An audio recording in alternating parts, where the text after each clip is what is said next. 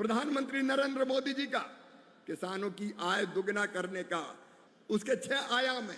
Number 1 उत्पादन बढ़ाना, और इसलिए अभी प्रधानमंत्री नरेंद्र मोदी जी ने किसान के खेतों में जाके 65 फसलों के 109 प्रजातियों के नए बीज लॉन्च किए हैं जिनसे उत्पादन बढ़ेगा।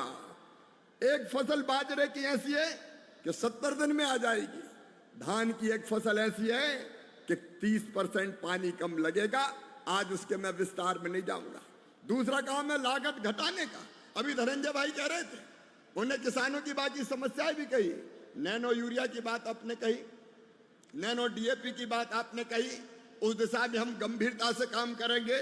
और आज मैं आपको बताना चाहता हूं कि यह भारत सरकार है, नरेंद्र मोदी जी है।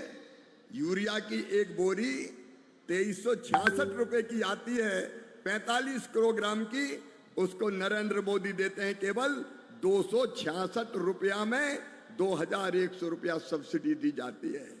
वैसे ही डीएपी की एक बोरी 2433 रुपए में आती है, 50 किलोग्राम की। किसान भाइयों 1350 रुपया में दी जाती है। और अभी 2625 करोड़ का पैकेज, रेट बढ़ गए थे डीएपी की, तब प्रधानमंत्री नरेंद्र मोदी ने दिया है कि किसान को 1350 में डीएपी मिलना चाहिए। लेकिन आपने सही कहा धनंजय जी, हमको नैनो यूरिया और नैनो डीएपी की तरफ जाना पड़ेगा ताकि कम यूरिया और डीएपी लगे, जमीन पे मिट्टी पे ना जाए, फसलों में लगे और किसानों की उपज भी बढ़ाए। उस दिशा में भी हम काम करेंगे। किसान की लागत घटाने के अनेक उपाय हम कर रहे हैं और उसके साथ साथ किसान को ठीक दाम देना। लाड़की बहना योजना एक साथ 3000। मैं आज कहना चाहता हूं महाराष्ट्र की जनता को, ये केवल बहनों को आर्थिक रूप से सशक्तिकरण करने की योजना नहीं है।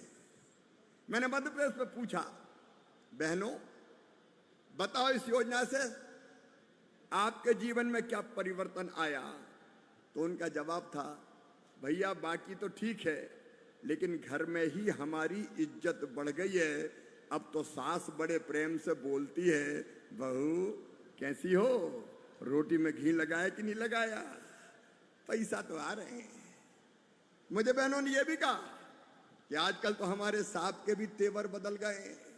पहले सीधे में बात नहीं करते थे लेकिन अब बड़े प्रेम से बोलते हैं, पप्पू की मम्मी कैसी हो, पैसे आ गए कि नहीं आए?